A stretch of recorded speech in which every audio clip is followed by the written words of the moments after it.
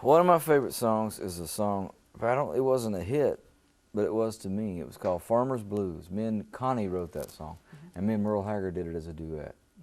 And it really spoke of a way of life that I know and love, you know, coming from home. Both of my grandpas were farmers, and they're at the mercy of God's mercy and the land. And that's the life of a farmer.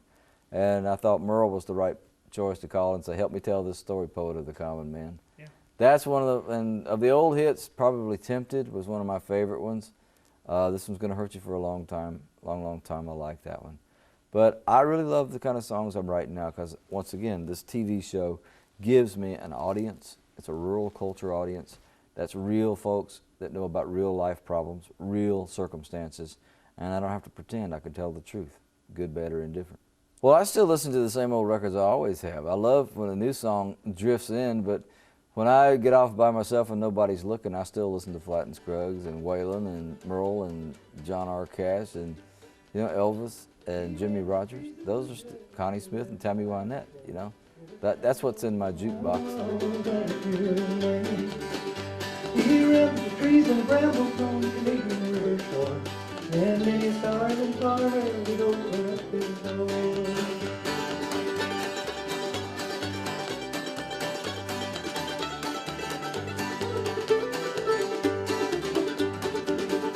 Was in Oklahoma City, it was on a Christmas day. The whole carload of groceries with a letter that could say, you say that I'm an outlaw, you say that I'm a thief.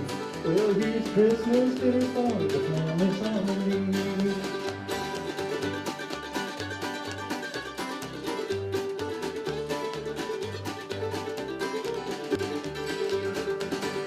It's just like you remember, you're gonna meet some funny men. Some will rob you with 6 down and some will count in 10. It's just like you remember, just like you are. You'll never see a family take a town from them.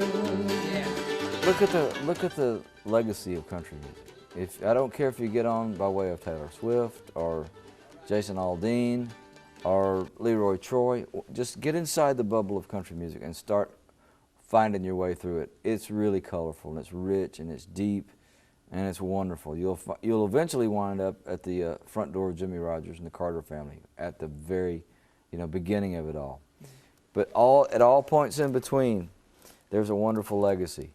And every now and then I see young'uns come through that really have that look in their eye that they don't want to just come to town and be a star and, you know, take the first 15 minutes of fame and go. They really want to know about the craft and the culture and work their way up through it.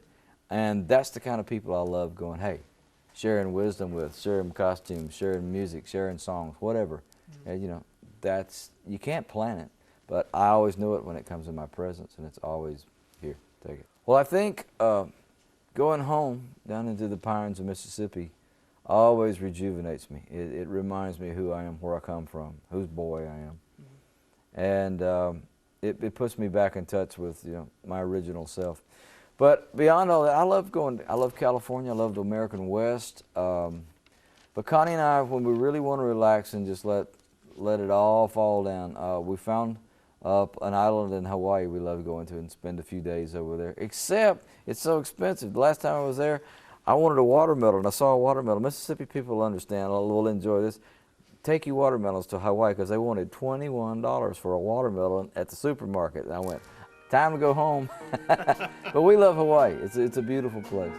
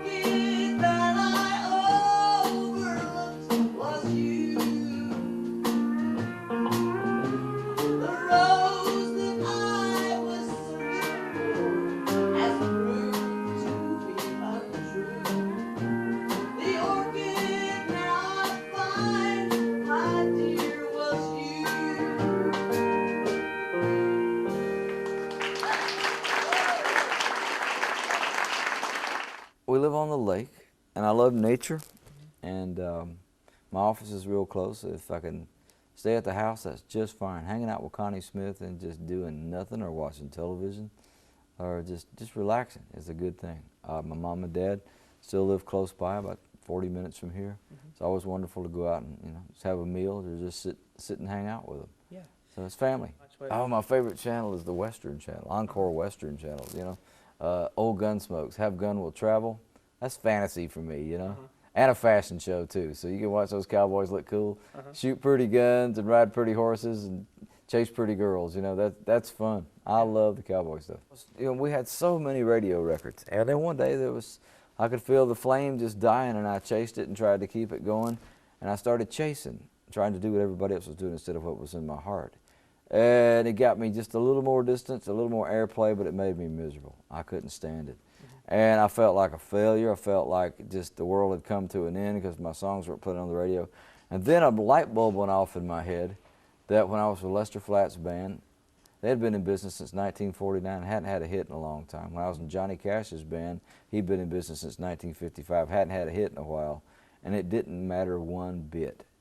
And it was about something Lester told me when I first went to work with him. He said, it's about being welcome here every January the 1st, hit or no hit. Yeah. And so I learned to not depend on that. It's nice when they come. It's nice to have it there. It's nice to have 3 extra coins in your pocket in the piggy bank for that happening, but I don't depend on it. There's so many other ways to get your shot heard, I've always thought if somebody gets bored, it's a personal problem. I don't have time to get bored. I keep my life jumping. I get up every day like a kid, and I can't wait to get to my guitar. I mean, I look around, I'm so blessed, man. I got a 1996 Cadillac that is paid for. It drinks regular gas. I got that Telecaster guitar. I got some cool cowboy boots, some cowboy clothes, a TV show, and I'm married to Connie Smith. I got $15 in 2 different banks. I'm happy. My life is a work in progress, I hope. I find inspiration from people who have nothing to do with music from time to time. There's an architect and a designer named Braxton Dixon that built my house. He built Johnny Cash's house. He built Roy Orbison's house. And Braxton is 91 years old. But what made him famous is he would go and take down buildings, old warehouses, bring them to his place, set them back up as a house, and put beautiful doors and windows from other places that had been destroyed. He saw beauty in those things. He saw the treasure and the worth in those things that everybody else was throwing away. And I feel that way. So many things that I have in my life are things that everybody else threw away. Whether it was, Porter Wagner's suit, Hank Snow's suit, Gene Autry's boot. Those are things that people thought were out of style, corny, and didn't care anymore. And I saw beauty in them. I saw worth. They were our American culture. And if there's anything I think to be remembered for at this point, it's for understanding where it came from, keeping it alive, and keeping it hopefully alive enough to pass along to somebody in this generation. I feel like I'm a warrior. I like it.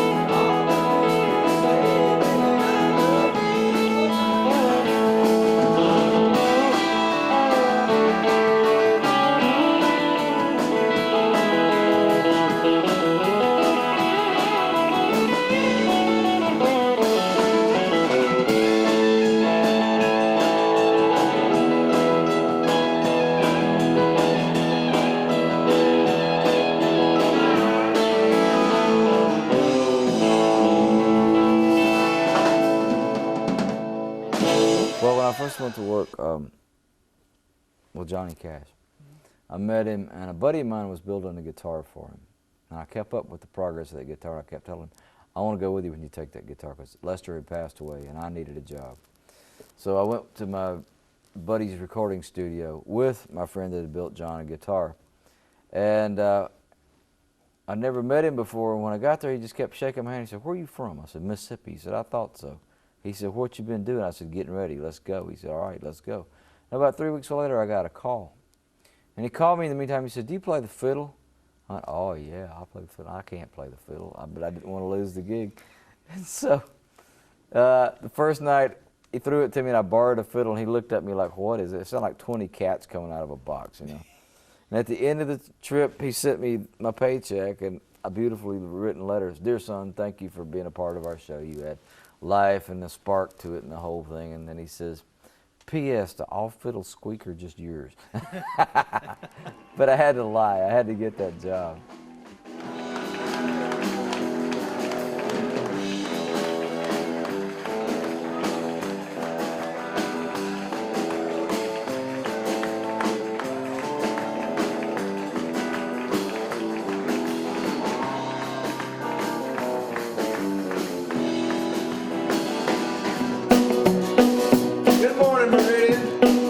The great stone chapel here at Folsom.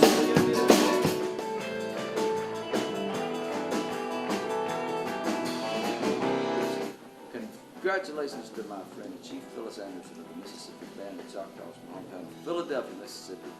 At a recent gathering of the nations in Washington, D.C., 565 tribes of Native Americans were present. Chief Anderson was given the distinct honor of introducing the President of the United States and making all of us proud. Good going, Chief Anderson. So how about a hand for dear old Mississippi, the boogeyman, John Lee Hooker, Chief Phyllis Anderson, and all the good people of Choctaw, Mississippi, and Marie. On WTOK. There you go.